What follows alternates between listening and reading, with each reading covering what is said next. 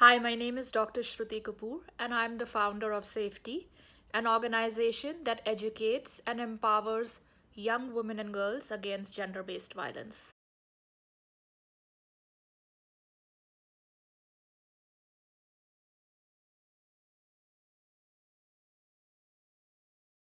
For me, a feminist leadership is different from a women leader. When you're a feminist leader, you are constantly advocating for social change. You are advocating for gender equality. You understand what the challenges are if there is gender inequality in your environment, and you're constantly, through policy decisions, through budgeting, through providing opportunities, uplifting women and treating them as equal citizens and providing them with their human rights.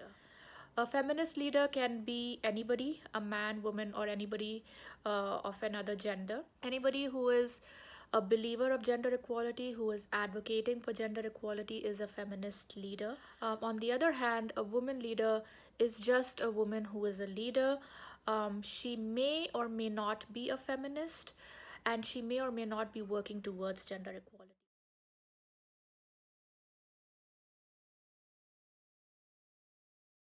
I work in the development sector and I primarily work with women and girls. So in my line of work, it is extremely important that we have feminism in leadership. We need more women who are advocating for women's rights, for gender equality, to be in leadership roles and in positions of power, in positions of decision making, in positions of policy making, and in positions where they can and they have the ability to allocate budgets to these policies. And therefore, it is extremely important for leaders to stand up for gender equality, to have feminism, and to stand up for the rights of women and girls, especially the marginalized women and girls who are at a higher risk, who are at a higher disadvantage when it comes to violence against women, when it comes to climate change, when it comes to household chores, when it comes to equal opportunities.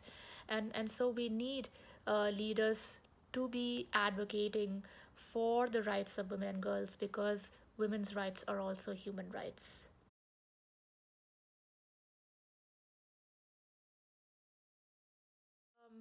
Let's start at home. What does feminist leadership look like at home?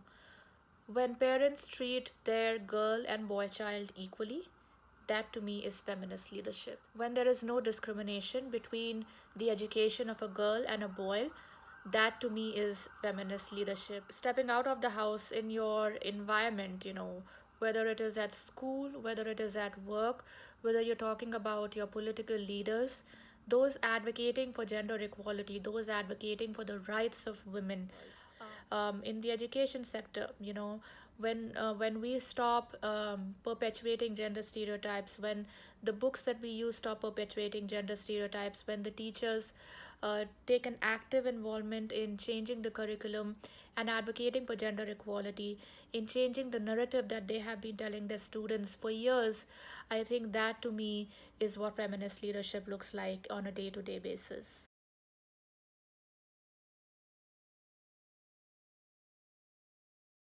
So, one of the biggest challenges in mainstreaming feminist leadership is the negative connotation that we as a society has given to the word feminism. And as a result, there are plenty of leaders who believe in gender equality but are afraid or hesitant to use the word feminism. There is a negative connotation in our society that feminism in some way is anti men, it is about speaking against men. But those who really have a true understanding of what feminism is know that feminism is about gender equality. It's about providing equal rights to both men and women. The biggest challenge really is the misconception that exists in our society as to what feminism is, and busting those myths and having people really own it and say, yes, I am a feminist. Publicly say, acknowledge it, and then advocate for feminism.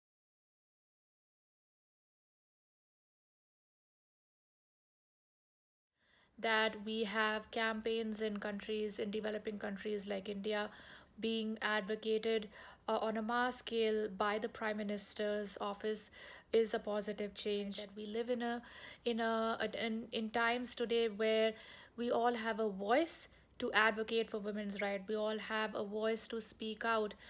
We all have a chance to be heard. I think is a positive impact which probably was not available to our grandmothers and even our mothers.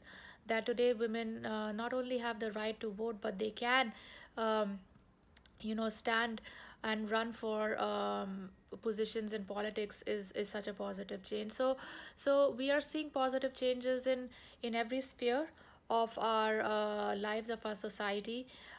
It is slow, but it is surely there. The only way we will continue to see positive changes if we all do our bit in advocating for gender equality, if we all raise our voices, if we all start from our homes, if we all start wherever it is that we are, at home, at work, in schools, and do our bit in advocating for gender equality. Start with our own children, provide them with equal opportunities. I think we will see positive change at homes and around us all the time.